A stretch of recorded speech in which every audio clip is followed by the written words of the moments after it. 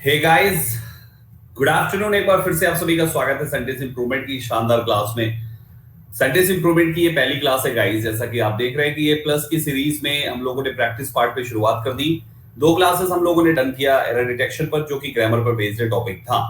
Grammar पर based एक दूसरा टॉपिक इंप्रूवमेंट ऑफ सेंटेंस भी है, तो इसमें भी इसीलिए इसको हमने एरर डिटेक्शन के बाद ही लगाया, सो दैट आप उसी सीरीज में दो और क्लासेस पा जाएं। टोटल 4 क्लासेस आपको ग्रामर पे मिल जाती है गाइस।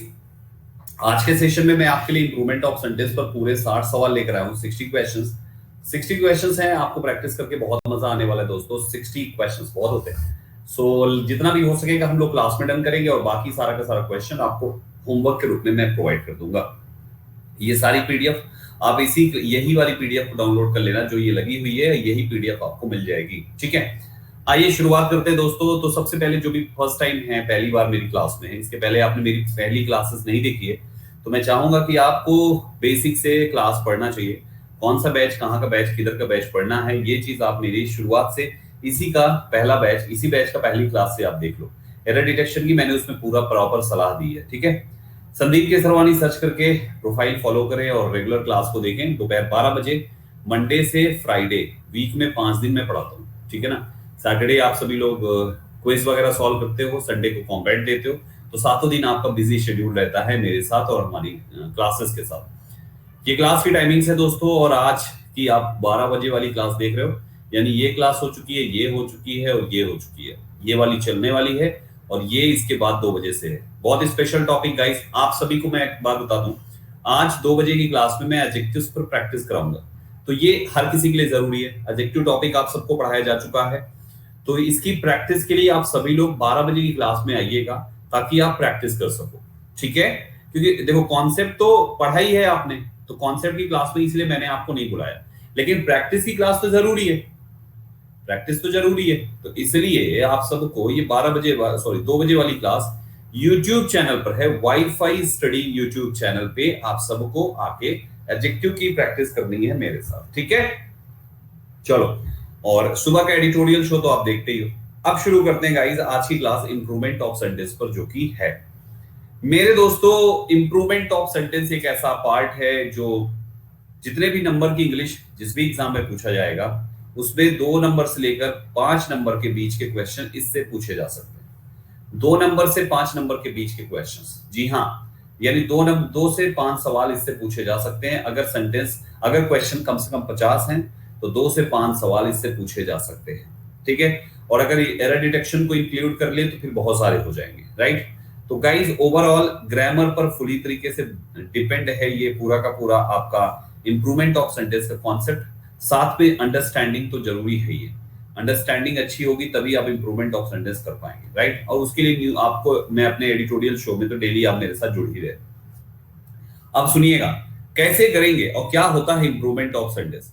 मेरे दोस्तों, इंप्रूवमेंट ऑफ सेंटेंस का मतलब कि एक सेंटेंस दिया हुआ होगा और उसी सेंटेंस के कुछ हिस्से को या तो ऐसे ब्रैकेटेड कर देंगे, या तो उसके कुछ हिस्से को हाईलाइट कर देंगे, थोड़ा सा ऐसे करके दिखने लगेगा, कुछ चीजें ऐसे हाईलाइट कर देंगे, या तो उसमें से कुछ हिस्से को ऐसे अंडरलाइन कर देंगे।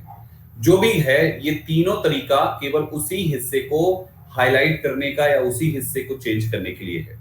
और उतने ही हिस्से के लिए, चाहे वो हाईलाइटेड हो, अंडरलाइंड हो या ब्रैकेटेड हो, आपके पास 4 ऑप्शंस दिए हुए होंगे। Option A, option B, option C, option D. ये 4 ऑप्शंस आपके पास दिए होंगे। इन्हीं 4 ऑप्शंस में से 3 ऑप्शंस होंगे कि भैया इसकी जगह पे क्या ये आ सकता है, क्या ये आ सकता है, क्या ये आ सकता है। अगर आपको लगता है कि नहीं यार, यहां पर जो लिखा हुआ है वही खुद ही सही है, चाहे हाईलाइटेड हो, ये हो आपका अंडरलाइन हो, या तो वो ब्रैकेटेड हो, अगर लगता है वही सही होगा, तो चौथा वाला ऑप्शन होता है आपका, और वो होता है नो इंप्रूवमेंट रिक्वायर्ड का। तो नो इंप्रूवमेंट रिक्वायर्ड, आप ये वाला ऑप्शन फिर टिक कर लेना। तो काफी अच्छा है, ग्रामर का इंप्लीमेंटेशन होगा। और कैसे करेंगे, आइए एक क्वेश्चन पहले साथ में करते हैं, फिर खुद ही आप सीख जाओगे मेरे साथ। ठीक है ना, आ जाओ।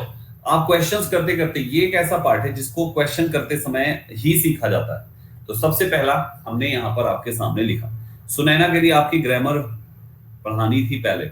अरे बेटा सुनैना, पहली बार हो क्या? ग्रामर का ये कौन सा पार्ट है? ये बैच का तीसरा पार्ट है। तुम पहली क्लास नहीं देखी हो क्या? इस बैच की पहली क्लास देखी हो? एरर डिटेक्शन नहीं देखी हो? क्यों सुनैना? अब कमेंट भी नहीं आ रहे हैं। चलो यहां पे आ जाओ सभी, रिप्लाई करना नहीं है, करके भाग जाते हो तुम लोग। अब देखो मैं पूछ रहा हूं तो जवाब नहीं आ रहा है। हाँ, अजीबोगरीब बच्चे हैं यार हमारे पास तो। चलो आ जाओ। तो गाइस यहाँ पे हम लोग बात कर रहे हैं, इतना देर के रिप्लाई का रिप्लाई नहीं आता बेटा, सुना है ना? सवाल तुरंत जवाब देना है, तुरंत। गाइस हमारे पास यहाँ पे सबसे पहले है आपके सामने, ये पहला सवाल है। इस पैटर्न में आपके पास सेंटेंस आएगा, जिस पैटर्न में है सेंटेंस जैसे ये लिखा हुआ है, यहां से यहां तक सेंटेंस है। और आप देखो इसके इस हिस्से को ब्रैकेट में बंद किया गया है, तो जो ब्रैकेटेड वाला हिस्सा है ना, केवल उसी हिस्से के लिए ये ऑप्शंस हैं जिसको आपको यहाँ पे चेक करना है और उसको चेंज करना है। ठीक है, ओके। तो गाइस आओ देखते हैं यहाँ पर कि क्या लॉजिक ये काम करने वाला है इसमें। सबसे पहले the fact that industry and commerce association, the fact के बाद आप देखो यहाँ पे दैट लिखा गया है, फिर लिखा गया इंडस्ट्री और commerce association in Gujarat, Gujarat पे इंडस्ट्री और कॉमर्स एसोसिएशन। तो हमारा इसके बाद ये ब्रैकेट शुरू है, यहां से यहां के बीच में चेक करना है। अब आप इस ब्रैकेट के बाद देख रहे हो कि सबसे पहला शब्द हैव है, इसका मतलब that have is your helping verb. तो हेल्पिंग वर्ब अगर दिया हुआ है तो जाहिर सी बात है सेंटेंस में हेल्पिंग वर्ब तो सब्जेक्ट के हिसाब से आता है, तो सब्जेक्ट तो उसके पहले ही होगा। तो एक बात ये समझ में आई कि भैया जी सेंटेंस में जहां पे हाईलाइटेड शुरू और जहां पे खत्म होना, उस हाईलाइटेड पार्ट का पहला शब्द को इधर बाहर वाले हिस्से से हमेशा मिलान जरूर कर लेना, तब जाके मामला सेट होगा, अदरवाइज मामला बिगड़ सकता है। मिलान जरूर करना, और जहां पे खत्म होगा उसका इधर साइड से मिलान जरूर करना। तो ये दोनों जरूरी होता है। अब आप देखो कह रहा है इंडस्ट्री और कॉमर्स एसोसिएशन, एंड से इंडस्ट्री और कॉमर्स एसोसिएशन को जोड़ के आपने इसको प्लूरल कर दिया, और प्लूरल कर दिया तो वर्ब कैसी होनी चाहिए आपकी?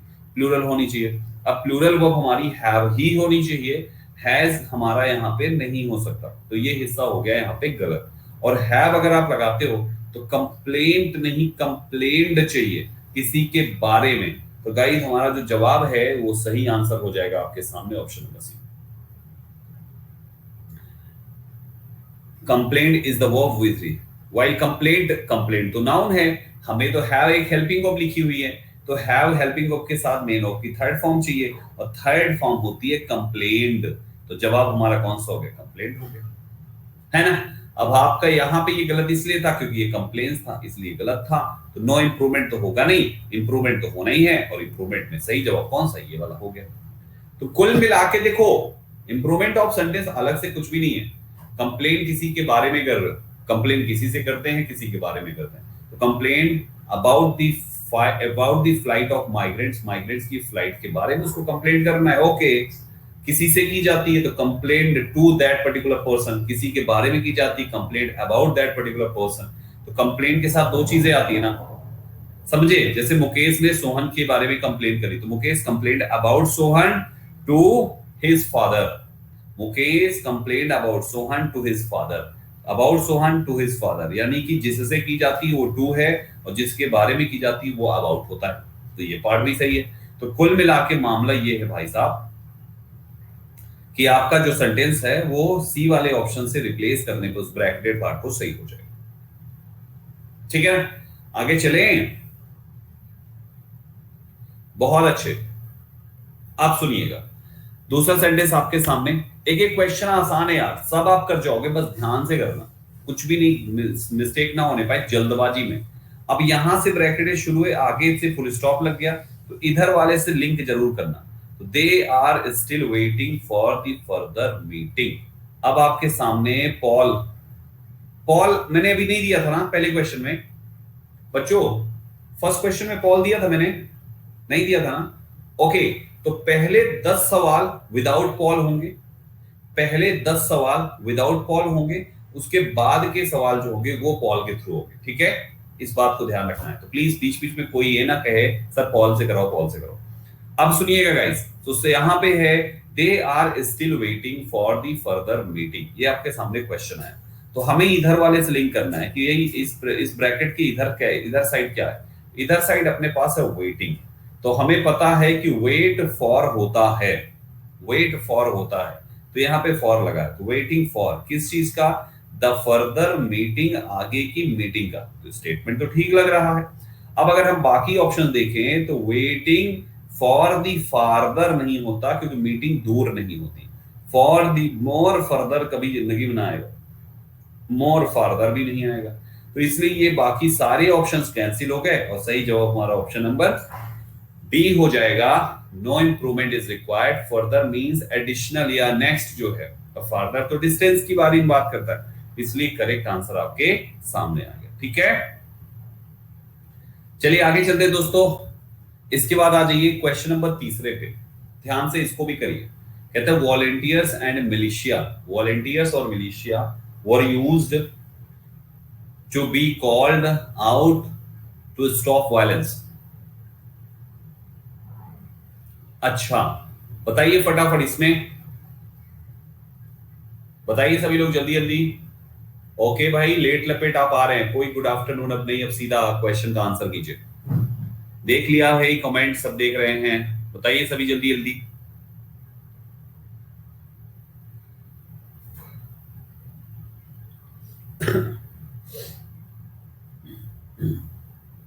बहुत अच्छे, बहुत ही बढ़िया, क्या बात है।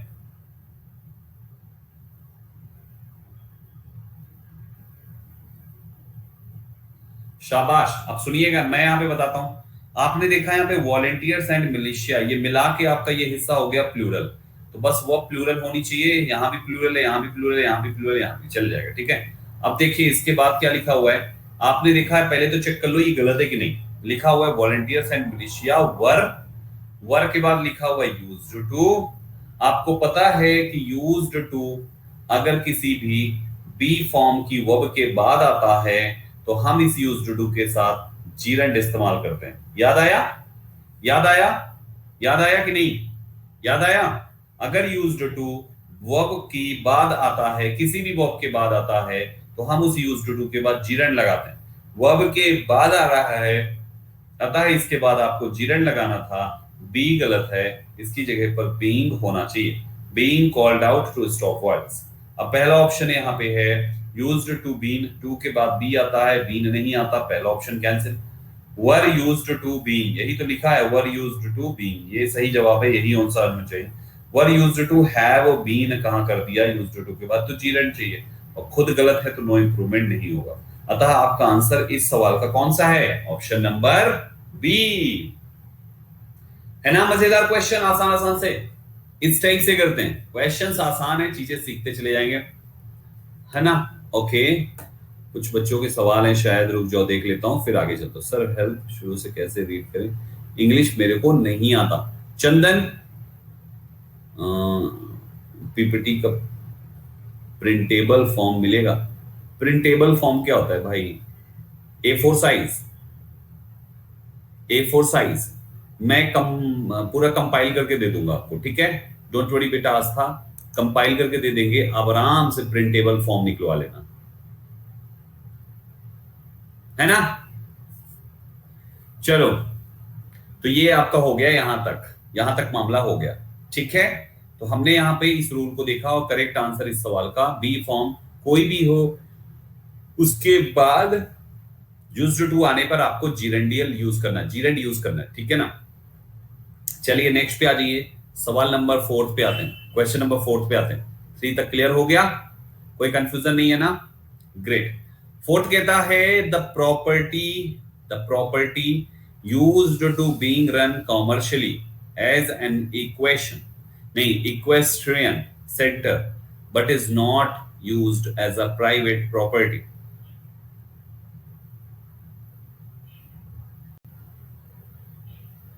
चलिए इसका आंसर दीजिए, फटाफट बताइए, और तेजी से, और तेजी से।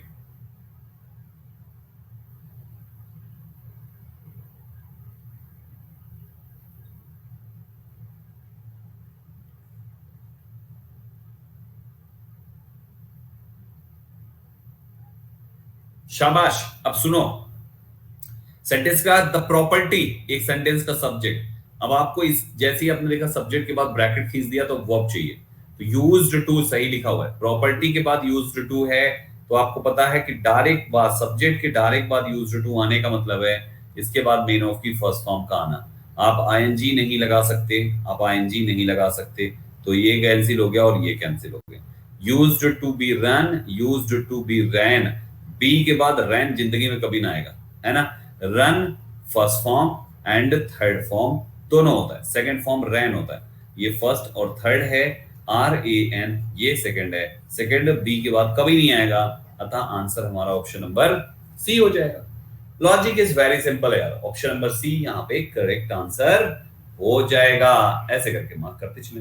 बी के बाद रैन क्यों नहीं सर? देखो बेटा, ईरानी बी के बाद रैन इसलिए नहीं आता कि बी शब्द का मतलब कोई भी बी की वर्ब ले लीजिए, बी फॉर्म ले लीजिए। जैसे आप is am are was were को कहते हैं, तो क्या हम is am are was were के साथ मेन वर्ब की सेकंड फॉर्म इस्तेमाल कर सकते हैं क्या? आप खुद ही बताओ, कोई बच्चा बताए, क्या हम यूज कर सकते हैं? नहीं। Is am are was were के बाद कभी भी थर्ड फॉर्म यूज नहीं किया जा सकता, ये कारण, सेकंड फॉर्म यूज नहीं किया जा सकता, यही कारण है कि वहां का वो रैन शब्द गलत हो गया। तो बी हो या बी की कोई भी फॉर्म हो, दोनों कंडीशन में आप सेकंड फॉर्म नहीं लगा सकते। सेकंड फॉर्म तो डायरेक्ट सब्जेक्ट प्लस V2 होता है इन पास्ट इंडेफिनिट, इसके सिवा पूरे इंग्लिश ग्रामर में कहीं नहीं आएगा। सेकेंड फॉर्म इसके सिवा पूरे इंग्लिश ग्रामर में, कंप्लीट इंग्लिश ग्रामर कभी आ ही नहीं सकता भाई, है ना। तो इस टाइप से करके आप अपनी चीजों को सेट कर लीजिए, ठीक। पेपर में कोई रीजन नहीं देना होता, पेपर में केवल टिक करना होता है कि 1 में टिक करो, 2 में टिक करो, 3 में टिक करो, 4 में टिक करो। ये तो बेटा मैं आपको समझा रहा हूं कि आप समझ लो, ताकि रीजन आपको पता होना चाहिए, ठीक है। Great, let's have question number 5 guys. पांचवा सवाल, अब इसको ही देखिए क्या कहता है। कहता है our former priority is recovering abducted children as soon as possible। abducted का मतलब होता है अपहरण, किडनैपिंग। तो जो जिन बच्चों का अबडक्शन हो गया है, अपहरण हो गया है, एज सुन एज पॉसिबल उनकी रिकवरी करना हमारी पहली प्राथमिकता है। इसका जवाब दीजिए।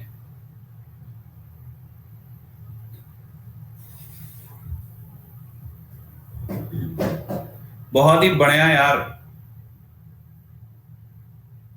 क्या बात है।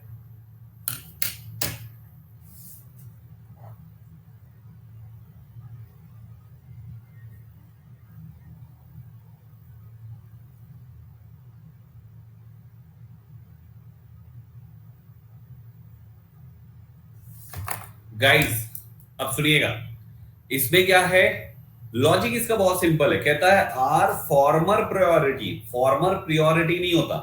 आप अगर देखो, फॉर्मर का मतलब होता है पहले के, जैसे हमारे former prime minister, former president, farmer ये, फॉर्मर वो। फॉर्मर मतलब पहले का कोई चीज, लेकिन यहां पे वो ये कहना चाह रहा है कि सर्वप्रथम, सर्वप्रथम वो ये कहना चाह रहा है सर्वप्रथम। तो गाइस हमारी फॉर्मर प्रायोरिटी नहीं, बल्कि वो सर्वप्रथम की इंग्लिश होती फॉरमोस्ट। तो हमारी फॉरमोस्ट प्रायोरिटी यहाँ पे आंसर हो जाएगा। Grammatically bracketed part is correct, but foremost जो है वो प्रायोरिटी में आएगा। फॉरमोस्ट यहाँ पे ज्यादा सही होगा। ग्रामेटिकली हमें नहीं देखना है, हमें हर तरीके से चेक करना है। तो गाइस ये सही हो गया। इन प्लेस ऑफ और before anything else it is the best option. Grammatically देखोगे तो हमारा फिर ये नाउन है, नाउन के लिए एडजेक्टिव को इस हिसाब से यहाँ पे लिख दिया कि bracketed part is okay, but my dear aspirants फिर भी वो गलत है, हमें उसको सुधारने की जरूरत है। फॉरमोस्ट का मतलब सर्वप्रथम, हमारी सर्वप्रथम मुख्य। फॉरमोस्ट का मतलब होता है मुख्य। अरे मुख्य को क्या कहते हो हिंदी में? Main, important.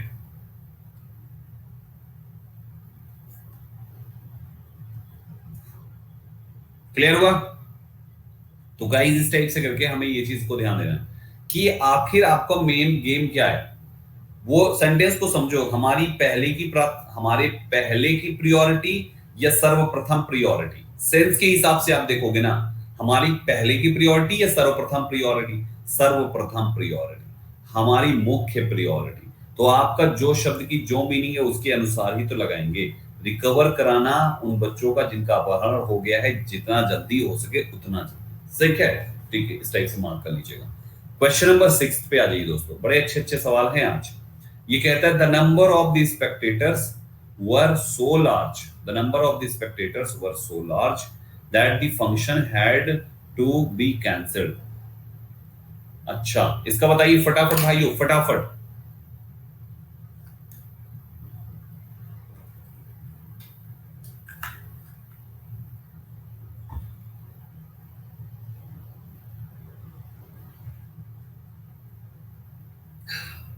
Hari up, hurry up, hurry up guys.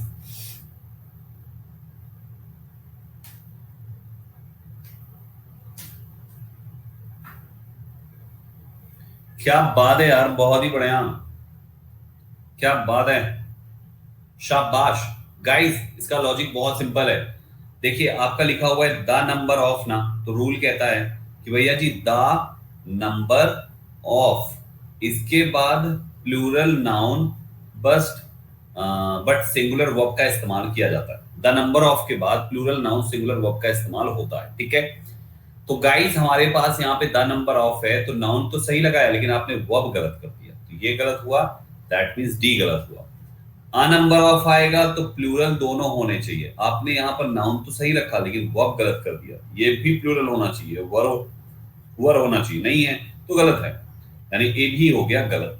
The number of दोनों प्लूरल होने चाहिए, सॉरी मतलब नाउन प्लूरल वर्ब सिंगुलर होना चाहिए। देखिए यहाँ पे नाउन प्लूरल है वर्ब सिंगुलर है, ये सही है। नंबर ऑफ भैया जी कुछ तो लिखोगे आर्टिकल, तो इसमें तो वही नहीं है, तो ये गलत है। तो देखो तीन कट गए, बचा कौन सा, ऑप्शन नंबर बी, यही आपका सही जवाब हो जाएगा। राइट एवरीवन, तो मार्क कर लीजिएगा option number B for this question as the right answer, ये हमारा सही आंसर है, ठीक है दोस्तों। क्वेश्चन नंबर 6 का सही जवाब आपके सामने आ गया। Now moving further for the question number 7, here it is. The jury of 5 judges does not have the same opinion. ठीक है, they are all different in their opinion. Guys आपको बड़ा ध्यान से करना पड़ेगा, आसान सवाल है, चलो।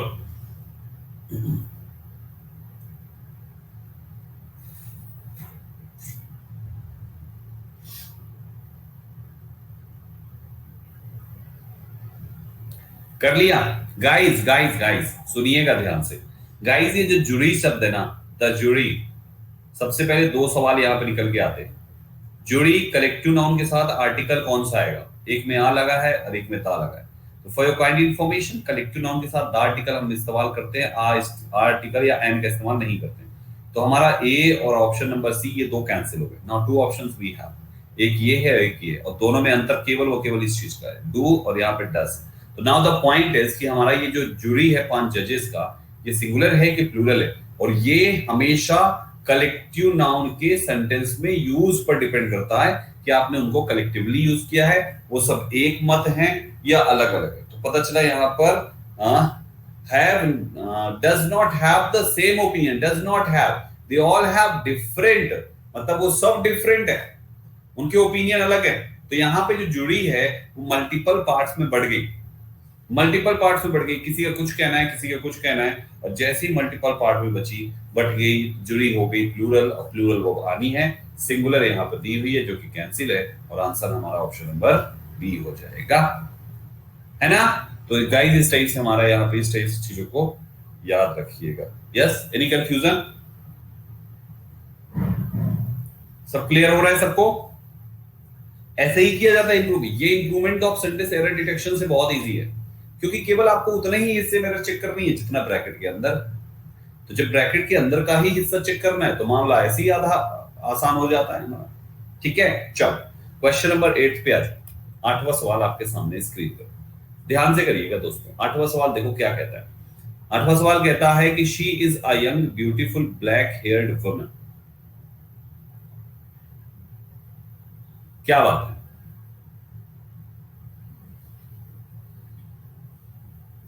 एसएससी में ये 2 से 5 नंबर तक का पूछा जाएगा। अगर 50 नंबर का पेपर है तो, 100 नंबर का पेपर है तो 6 से 7 नंबर 8 नंबर तक पूछा जा सकता है।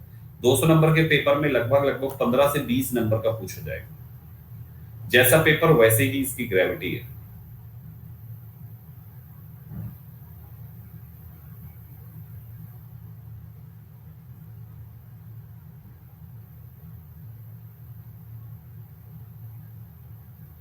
बिल्कुल सही आपने कहा, बिल्कुल सही आपने कहा। अभी इस बच्चे ने, एक बच्चे ने ऑर्डर लिखा है, उस ऑर्डर को लिख लीजिए। OSPS याद है ना, OSPS OSPS, फिर उसके बाद आपका जितना भी ये पूरा ऑर्डर लिख डालिएगा OSPS वाला। ठीक, अब आप सुनिएगा OSPS ACOMPT, यही है ना सारा का सारा ऑर्डर। तो गाइस हमारा यहाँ पे इस टाइप से, अब सुनिएगा यहाँ पे मामला कैसे इसका चलेगा, सेट होगा। गाइस ये पूरा का पूरा अरेंजमेंट का मामला है। अरेंजमेंट का मतलब सबसे पहले ओपिनियन हमें देना होता है किसी भी नाउन को लेकर, और ओपिनियन में आपने यहाँ पर ये ब्यूटीफुल को लिख दिया बीच में, तो ओपिनियन सबसे पहले चाहिए।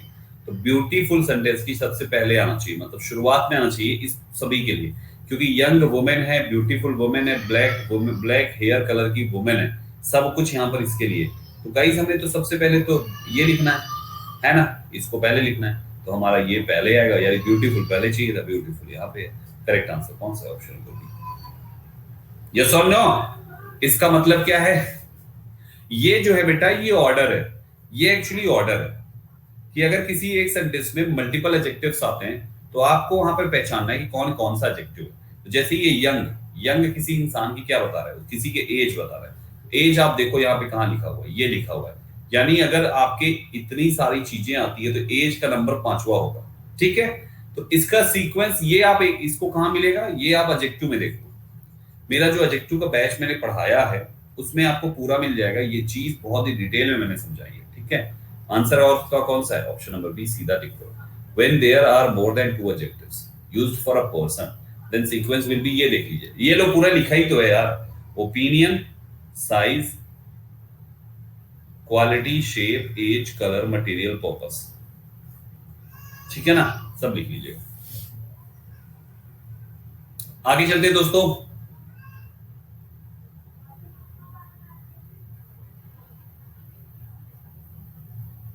Got it?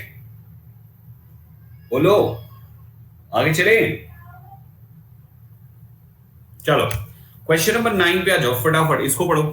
Now they have accepted that you are the most senior of all the boys. बहुत simple question.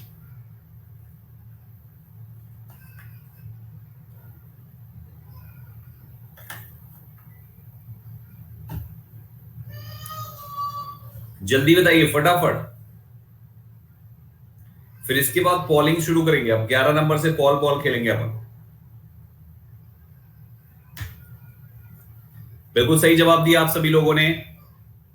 Now they have accepted that you are, पहले तो सीनियर के साथ हम कंपैरेटिव सुपरलेटिव जैसा कोई भी भाव नहीं बनाते, पहली इंपॉर्टेंट बात। और दूसरी इंपॉर्टेंट बात, सीनियर के साथ प्रीपोजिशन टू इस्तेमाल होता है, ऑफ नहीं।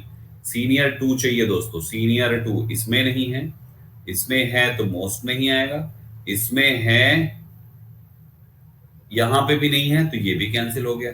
तो ए कैंसिल है, बी ए कैंसिल है, केवल यही तो बचा हुआ है। अतः आंसर कौन सा है? ऑप्शन नंबर सी है ना। मोस्ट सीनियर नहीं होता, सीनियर सीनियर ही होता, सीनियर सीनियर ही होता है। देखो सीनियर, जिस भी एडजेक्टिव के अंत में आई ओ आर आता है उस एडजेक्टिव के साथ प्रीपोजिशन टू लगाते हैं।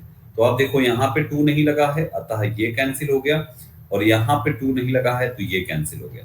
अब बचे दो ऑप्शन जिसमें सीनियर का टू लगा है, लेकिन सीनियर के साथ मोस्ट नहीं आता, इसलिए बी कैंसिल हो गया और ऑप्शन सी जीत जाता है। तो गाइस इन दिस वे आप इजिली मार्क कर सकते हैं, आप अपने से इजिली मार्क कर सकते हैं कैसे क्या यहाँ पे मामला स्क्रिप्ट हो जाएगा। ठीक है, एनी कंफ्यूजन? किसी को कोई कंफ्यूजन है क्या? नहीं? ग्रेट यार, ग्रेट, बहुत ही बढ़िया, बहुत ही बढ़िया, बहुत ही बढ़िया। चलिए क्वेश्चन नंबर 10 पे आइए। Why it is surprising, why it is surprising, why it is surprising that the prime minister is also a protester, right? चलिए इसका बताइए, जवाब दीजिए फटाफट।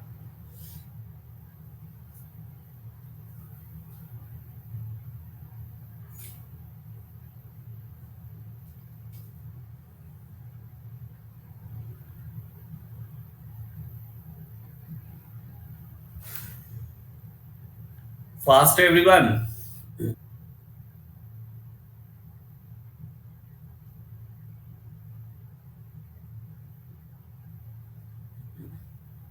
क्या बात है गाइस, सबसे पहले तो अंतिम में देखो क्या लिखा हुआ है, क्वेश्चन मार्क। शुरुआत में क्या लगा हुआ है? W H word.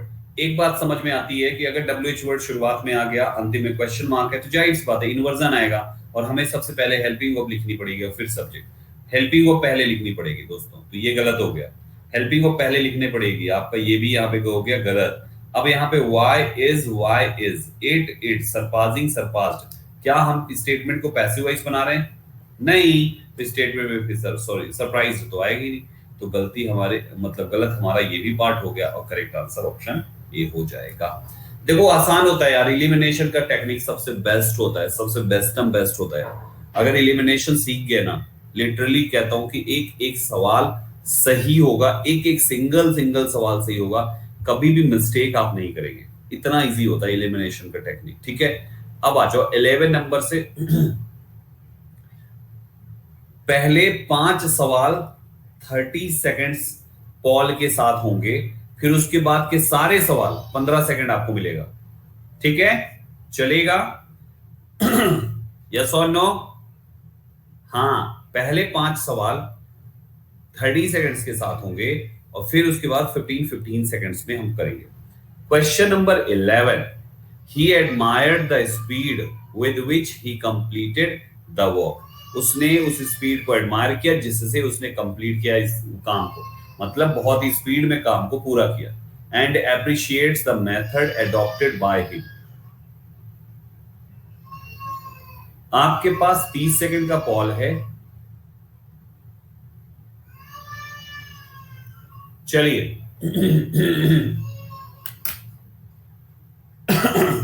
Come on everybody guys, आज YouTube पर मैं एक वीडियो शॉर्ट वीडियो डालने वाला हूं, हार्डली 10 मिनट का, जिसमें मैं ये बताऊंगा कि अगर आप इंग्लिश पहले नहीं पढ़े हैं या इंग्लिश नहीं आती तो कहां से शुरू करें, ठीक है। आप लोग वहां पे देख सकते हैं, शॉर्ट वीडियो है, 10 मिनट का रहेगा, दूसरों के साथ शेयर भी कर सकते हैं। 65% ऑल इंडिया आंसर आया दोस्तों। संडेज में है ही एडमायर्ड द स्पीड, कौन से टाइम में एडमायर किया? साफ साफ एडमायर्ड में पता चल रहा है कि आप पास्ट का इंडेफिनिट यूज कर रहे हैं, यानी कि V2 लगा हुआ है। Speed which he completed again past indefinite, the work काम को, एंड एप्रिशिएटेड द मेथड होना चाहिए, और यहाँ पे बाय हिम है तो ये अडॉप्टेड बाय हिम ही होना चाहिए। तो केवल ये एप्रिशिएट्स को एप्रिशिएटेड करना है, एप्रिशिएटेड। अब ये भी नहीं हो सकता, ये भी नहीं हो सकता, और खुद तो गलत है ही है, तो ये भी नहीं हो सकता, तो बचा ही एक ऑप्शन है, that is option number right everyone. तो इस टाइप से हम स्टेटमेंट करते हैं, चीजें कितना इजी हो जाती है जब हम अप्रोच सीख जाते हैं वहां पे, ठीक है। क्वेश्चन नंबर 12 पे आई, there is no any other option left for overcoming this situation. आपके पास 30 सेकंड का पॉल है।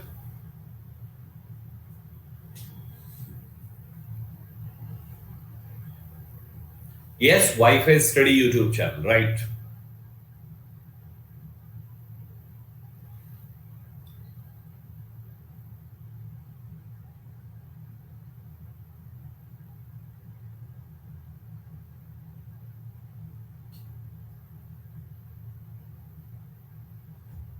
Answer quickly.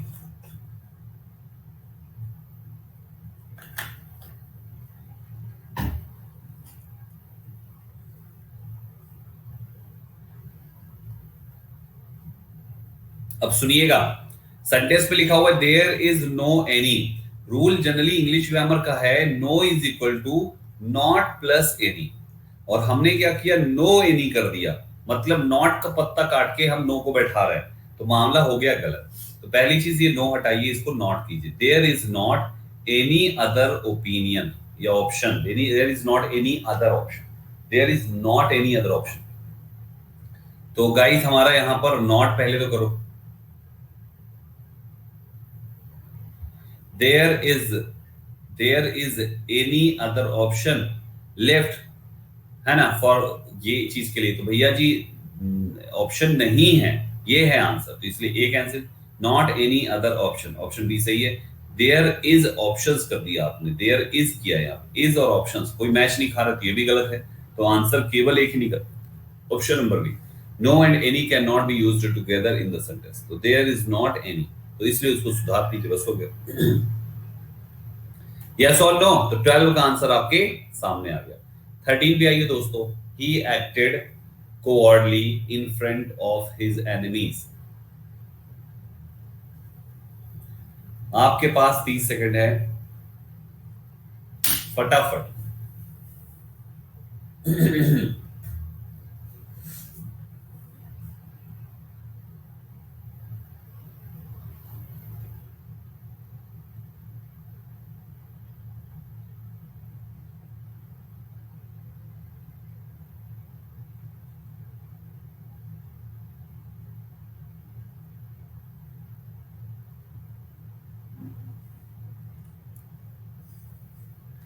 गाइस देखिए, ही एक्टेड कोवर्डली, हमें क्या दिख रहा है? कोवर्डली एलवाई जुड़ा हुआ है एक्टेड के लिए, हमें लग रहा है कि हाँ ये एडवर्ब है यहाँ पे, ठीक है।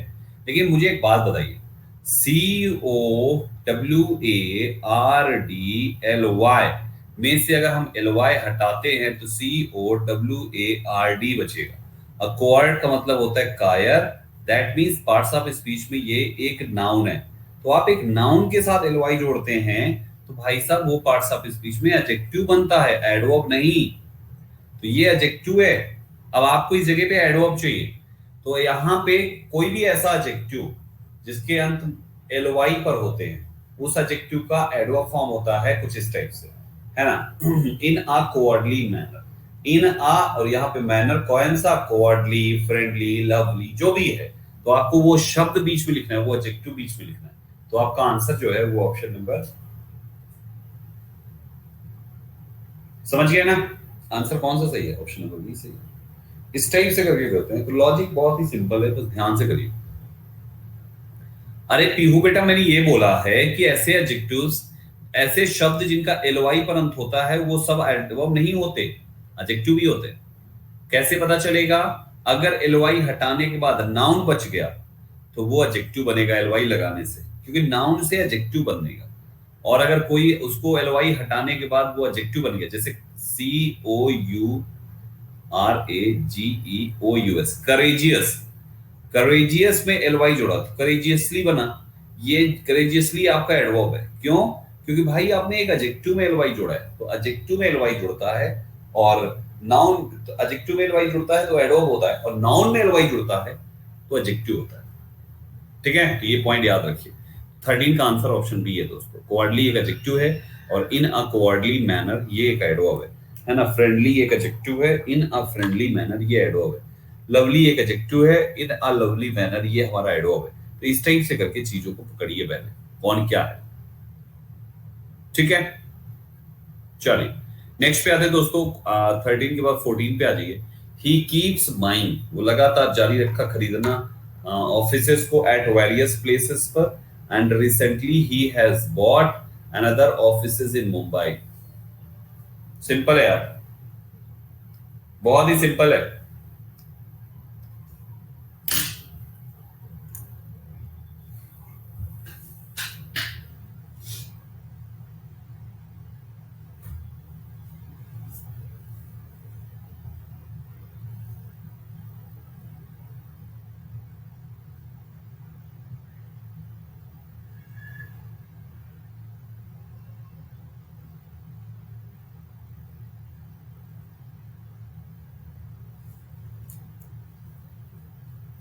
Time's up, time's up, time's up. Guys, he keeps buying offices at various places.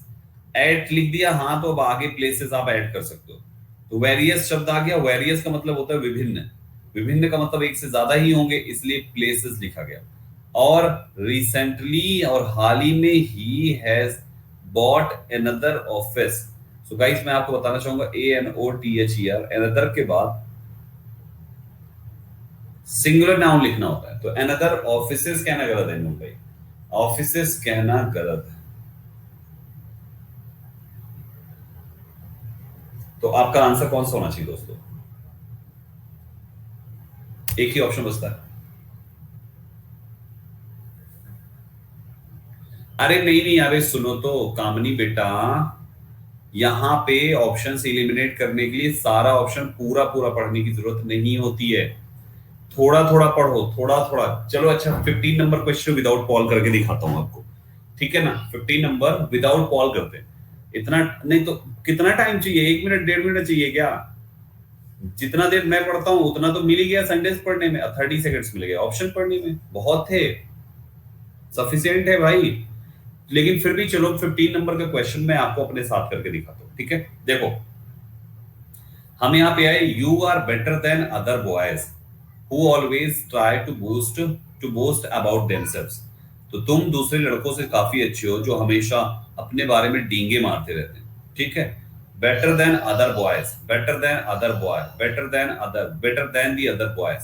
आपको पता होना चाहिए गाइस कि हमारे पास यहाँ पे ये उन लड़कों से बेटर उसको बोला जो दूसरों से ज्यादा, जो दूसरे डींग मारते हैं उनसे ये बेटर है। तो गाइस इस जगह पर आपको कुछ ऐसा ही मामला करना है जिससे वो डेफिनेट लड़कों की बात हो जाए, अच्छे लड़कों की। बेटर देन अदर बॉय नहीं होता क्योंकि अदर के बाद प्लूरल नाउन चाहिए, तो ए हो गया कैंसिल, ठीक है। दूसरा है better than the other boys, ये हो सकता है। बेटर देन अनदर के साथ सिंगुलर नाउन चाहिए, तो ये भी कैंसिल। और खुद तो गलत है ही है, बेटर देन अदर बॉयज नहीं बल्कि better than the other boys होना चाहिए। Correct answer option the other plus plural noun या सिंगुलर नाउन जो भी है is used relative pronoun who makes boys specific, so the other यहां पे इस्तेमाल होना चाहिए। इस हु ने इसको क्या कर दिया, स्पेसिफिक कर दिया, क्या कर दिया, डेफिनेट कर दिया। और जैसे ही डेफिनेट किया आपको डेफिनेट आर्टिकल लगाना पड़ेगा। तो करेक्ट आंसर आपका ऑप्शन नंबर बी हो जाएगा इस सवाल के लिए, ठीक है। मैं समझा रहा हूं, टिक तो बहुत पहले कर देता मैं, समझ रहे हो, गॉट इट। अब आ जाओ 16 number question. All people say that she is visor then beautiful.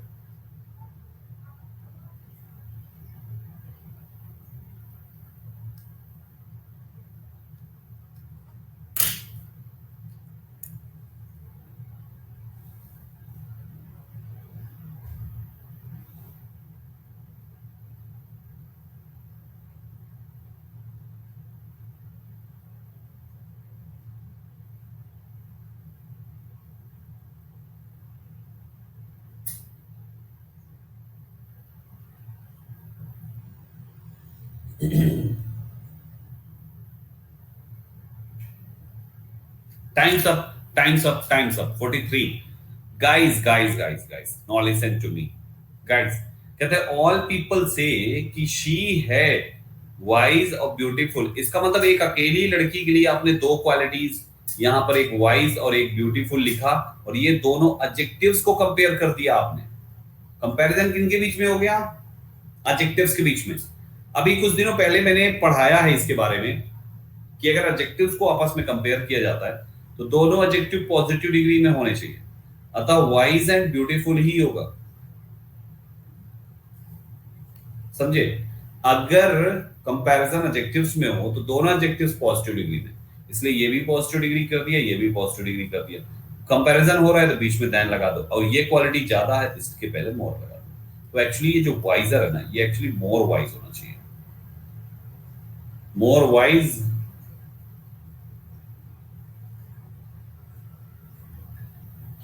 Got this point?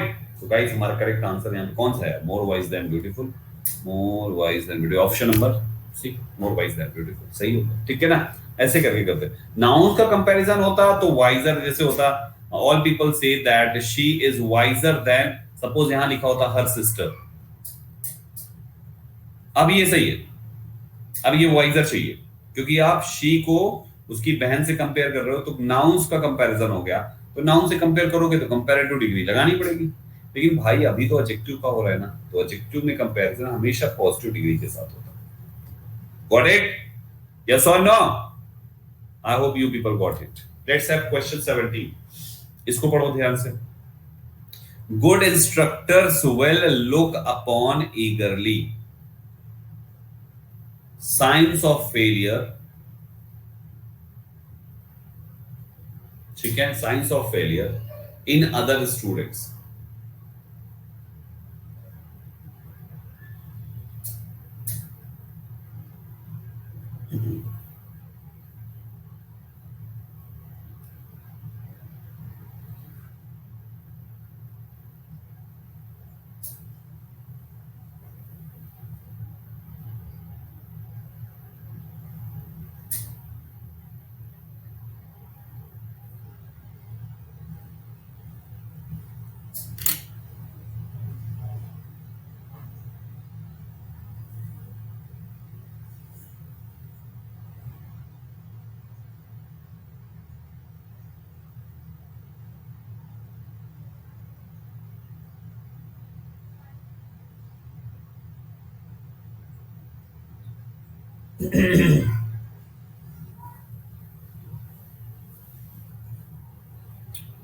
Guys, option C को मैक्सिमम बच्चों ने वोट कर दिया यार।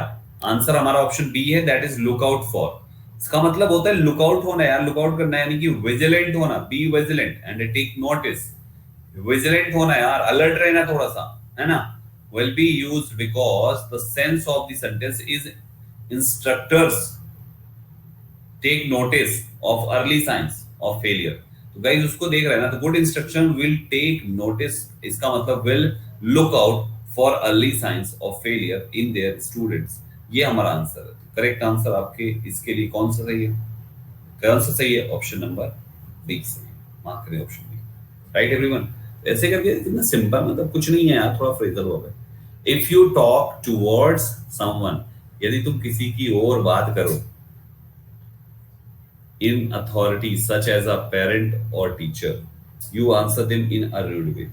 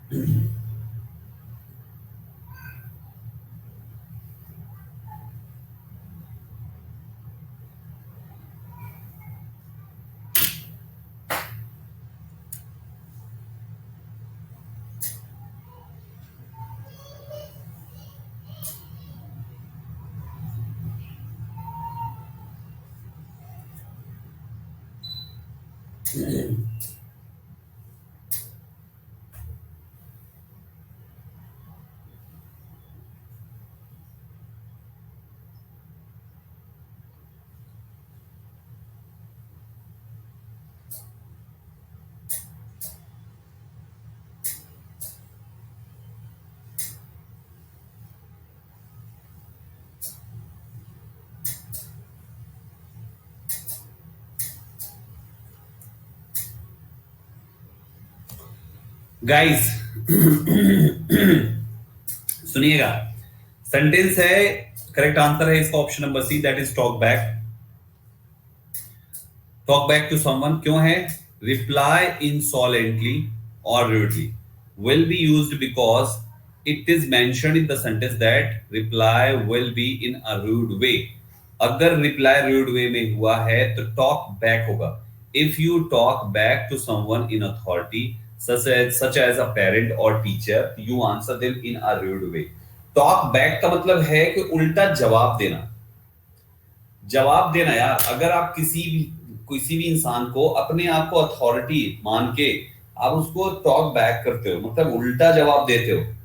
उल्टा जवाब देना, उल्टा जवाब देने के लिए टू वर्ड्स नहीं आता, हम बैक ही लगाएंगे, टॉक बैक। समझे? मार्क कर लीजिएगा। 19 नंबर क्वेश्चन पे आ जाइए।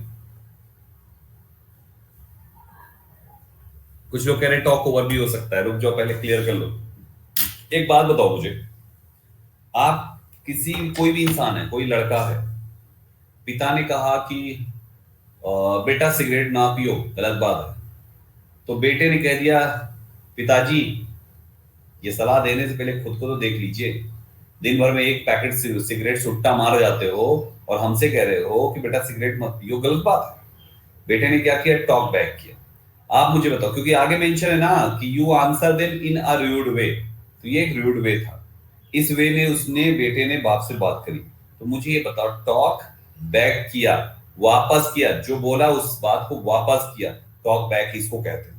बाकी कोई भी ऑप्शन में ये नहीं है कि उसने उस बदतमीजी से बात करी किसी से।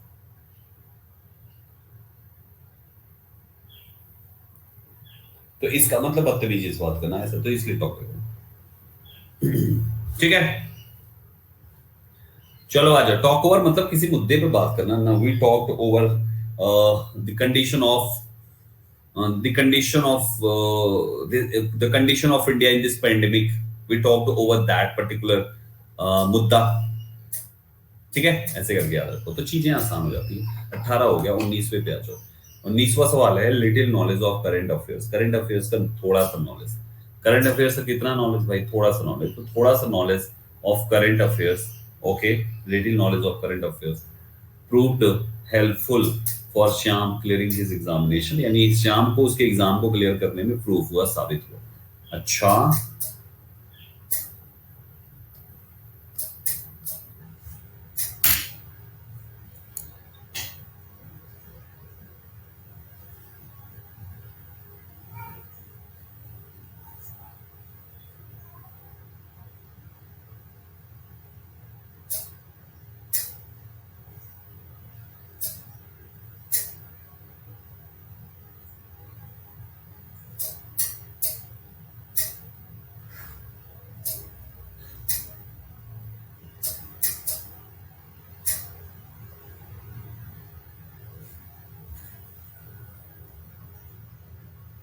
गाइस आपके सामने यहां पर लिखा हुआ है लिटिल नॉलेज। इसका मतलब नॉलेज एकदम ना के बराबर। लेकिन मामला यह है कि आगे एग्जाम उसका क्लियर हो गया है, श्याम का।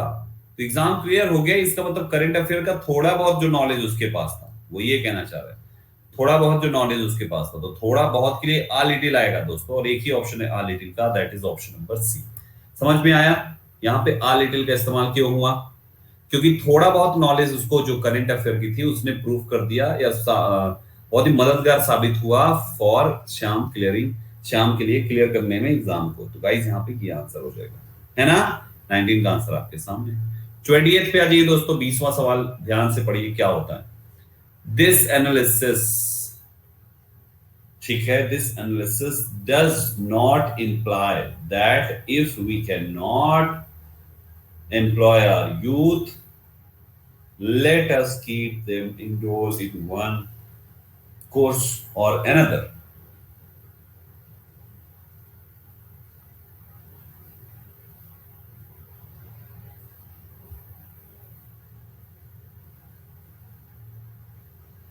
Hurry up guys,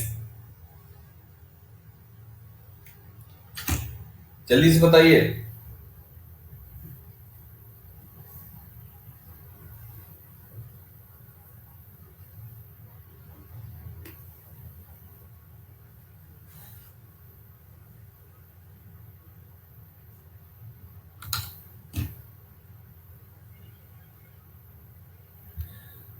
%53, ग्रेट यार, ग्रेट। गाइज देखो ये लिखा हुआ है दिस और आपने यहां लिखा हुआ है एनालिसिस। आपको मैं बता दूं, ANALYSIS ये हमारा सिंगुलर नाउन है और जिसके लास्ट में SIS होता है ना, उसका SES बना के हम उसको प्लूरल बनाते हैं। ये प्लूरल है और जो कि आपने दिस के बाद लगा दिया और यहाँ पे हेल्पिंग को भी सिंगुलर डाल दी, तो ये हो गया गलत। तो नो इंप्रूवमेंट तो होगा नहीं। दीज के बाद अब सिंगुलर नाउन यहां लगा दिया आपने, भाई आईएस वाला तो सिंगुलर है ना, तो ये सिंगुलर है, यहाँ प्लूरल शब्द है, ये सिंगुलर है, तो ये भी गलत। This singular noun singular verb, correct answer ये। The imply of analysis, again गलत। ठीक है, तो 20 का करेक्ट आंसर कौन सा है? Option number B. ठीक है, मार्क कर लीजिएगा, ऑप्शन नंबर बी ये सही आंसर है। 21 नंबर क्वेश्चन, ध्यान से करिए इसको, बहुत आसान आसान। कहता है ही मेट द डॉक्टर, ही जो है वो डॉक्टर से मिला, ठीक है ना, डॉक्टर से मिला। हु वांटेड टू नो, जो जानना चाहता था, if Vandana was managing to keep off her ankle.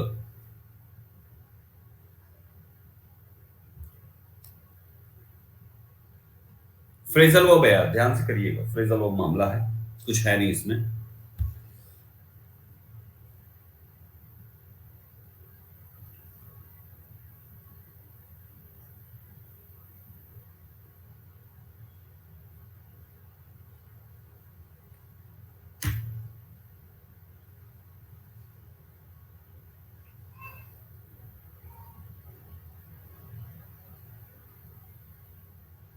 Hari up guys quickly, बहुत ही बढ़िया, बहुत ही बढ़िया, बहुत ही बढ़िया। 5% करेक्ट आंसर। स्टेटमेंट तो नो एरर है। कीप ऑफ मींस होता है अवॉइड इंक्रोचिंग ऑन और टचिंग, अवॉइड इंक्रोचिंग और ऑन टचिंग।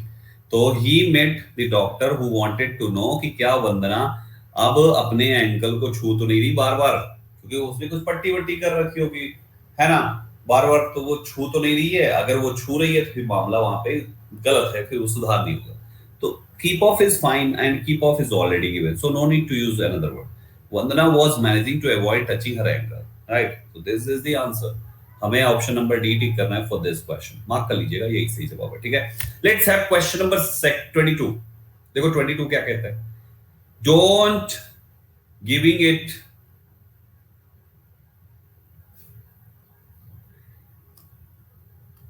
अब इसको तो 5 सेकंड में कर सकते हो।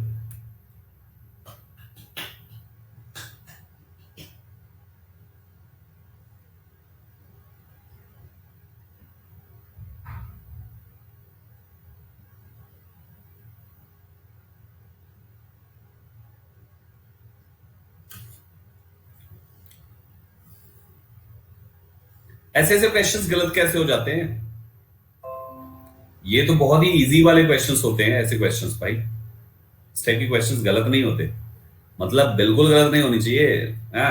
इस टाइप के क्वेश्चंस जो हैं, आपने लिखा है डोंट गिविंग, डोंट के बाद मैं पढ़ा चुका हूं, चाहे डू हो, चाहे डज हो, चाहे डिड हो, सेंटेंस इंपरेटिव हो, अफर्मेटिव, एक्सक्लेमेटरी, कुछ भी हो, हमेशा इसके बाद मेन ऑफ की फर्स्ट फॉर्म आती है।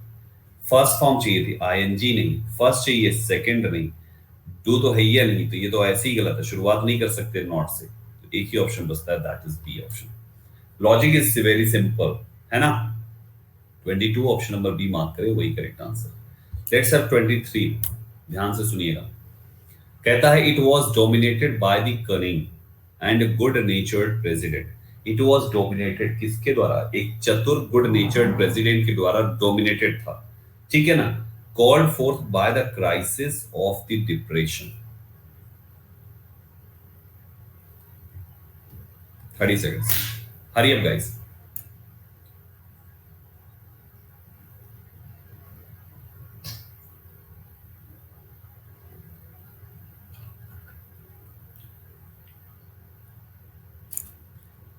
ये लास्ट क्वेश्चन है, ठीक है।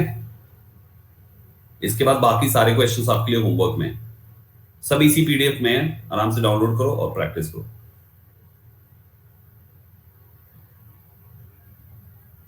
टाइम्स अप दोस्तों। Muskan all India first rank, Sayantan second and Aaradhya third rank.